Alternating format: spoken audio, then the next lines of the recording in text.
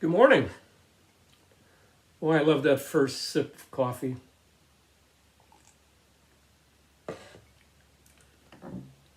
Thanks for watching. And we appreciate your support. Your financial and spiritual support is deeply appreciated.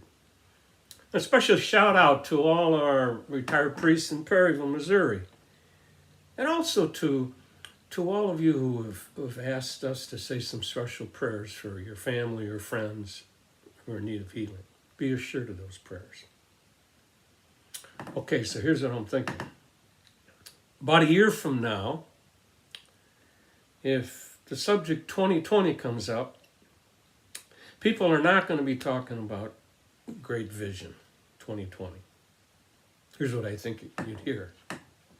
Oh, 2020, that's when them killer hornets invaded the West Coast up in Washington. Another guy's going to say, hey, no, 2020, that's when after 17 years, these noisy cicadas emerged all over the South. And someone else going to say, oh, no, 2020, that's when Father Dick celebrated the 50th anniversary of his ordination to the priesthood. No. 2020, that's when we had this war against this crummy disease. And today, I see signs we're winning the war. Signs, okay? We haven't won the war yet. But the signs of, some of the restrictions are being lifted. And we're able to do a few more things. We won't have to be cooped up in the house, in your home. But you got to be smart. We're starting to win this war because we were smart. Most of us were smart. I think we got to continue being smart. I was thinking, in being smart, I was thinking about Bugsy. Bugsy's an insurance salesman. And he wanted to sell insurance to the state mental institution. So he went there, and he had to be interviewed by the director of the mental hospital. And Bugsy is sitting there, and he said, you know what I always wondered about? If someone has a mental illness, how do you know they're supposed to be institutionalized, put in an institution like this? So the guy says, hey, look, we have a test. We fill up a bathtub with water, and then we invite the person to empty it. And we offer them a pitcher, a coffee cup, and a teaspoon. And we let them pick which one they want to empty the bathtub. And Bugsy right away, the normal person, the smart person is going to grab the pitcher. It's bigger and you can get more water. And the guy looks at Bugsy and he said, no, you're wrong. No, that's not normal, and that ain't the smart move. The normal smart person goes and takes the plug out of the drain. So, sir, you want to make a reservation for a room or a bed near the door or the window? I laugh because you know what? We got to continue being smart. And so we got to wear the mask when you're in public and keep the distance, okay? I'll tell you another sign that I see we're winning. I have just been astounded with the charity that's going on. I mean, billions of dollars are being spent to take care of people. And it could be a company, it could be a bank, it could be athletes or golfers or celebrities, even individual Joe out there, giving money to make sure people don't go hungry, or that they can help pay their rent, or whatever it is. But it's astounding how many people and how much money is going into charity. It's a sign of winning. I'll tell you another sign of winning, and I'm convinced of this. We have recaptured the beauty and the value of being grateful. to thank people that we have taken for granted. And then the people are so appreciative of the fact that we thanked them. And that's, I know, and you know too, a heart full of gratitude is a heart that's on fire. And that will change the world. That's how we're winning.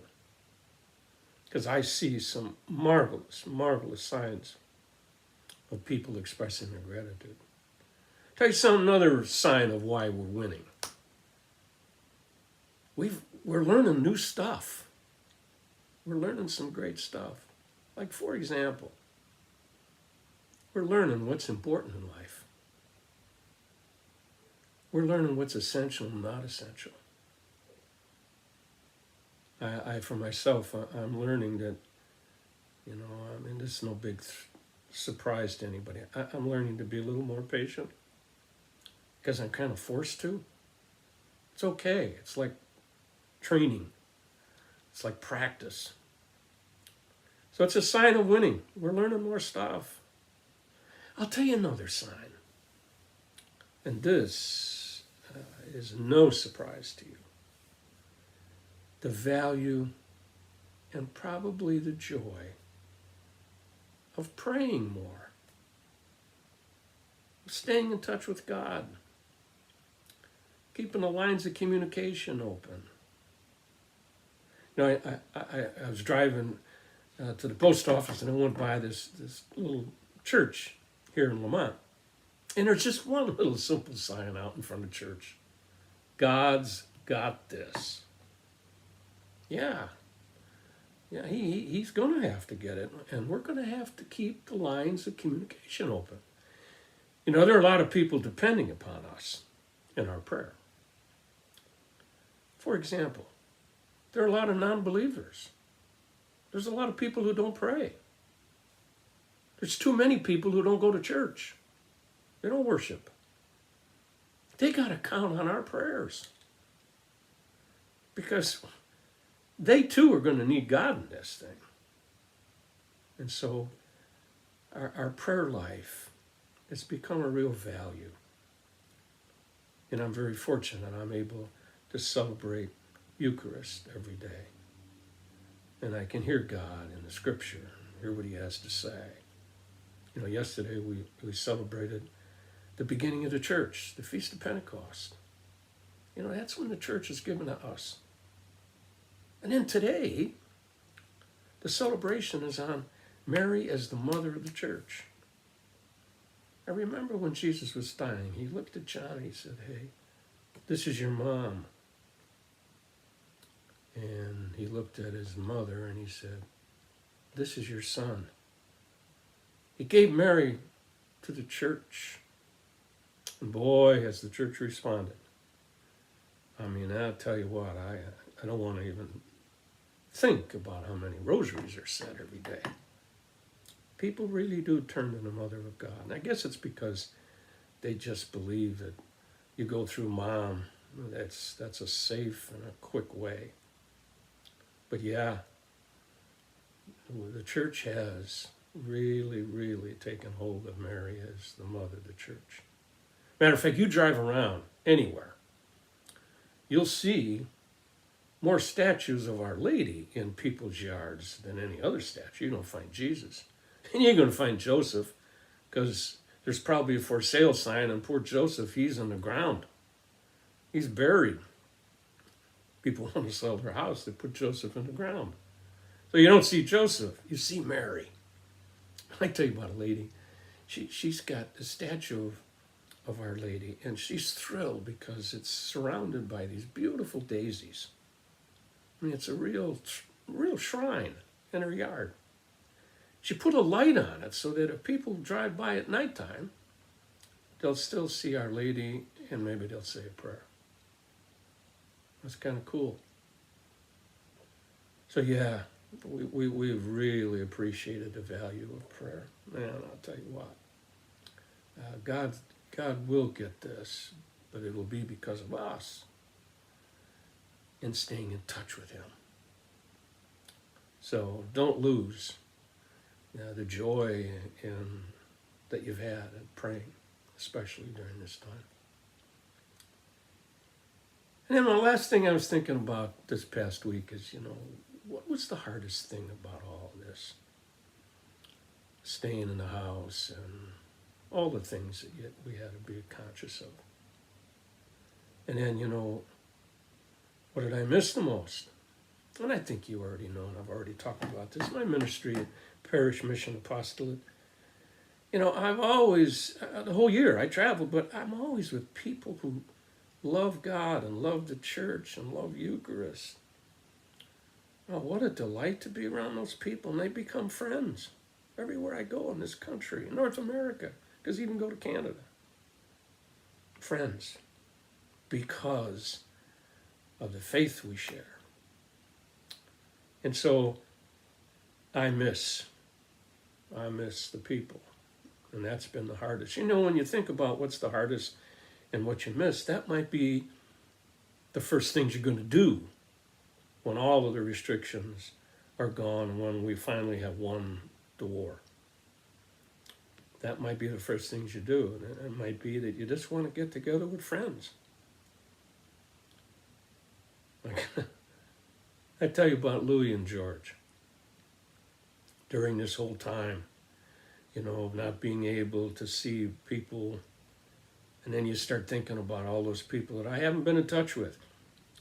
Louis and George, they went to high school together, college together, and then they went their separate ways. And George lives in California, and Louis, he lives in New York. And finally, George has been able to travel, and he's in New York, and he calls Louis. He said, geez, I haven't seen you in ages. I'm in New York. How about I come over and see you tomorrow night? Yeah, love that, Louis says. Now, you know where I live, George, so when you come, just kick in the door of my building and walk in, and then with your right elbow, hit the elevator button. And when you get in the elevator, use your left elbow, hit the number 3, because I live on the 3rd floor, and come up to the 3rd floor. Get off the elevator, go to the end of the hallway, on the last door on the right.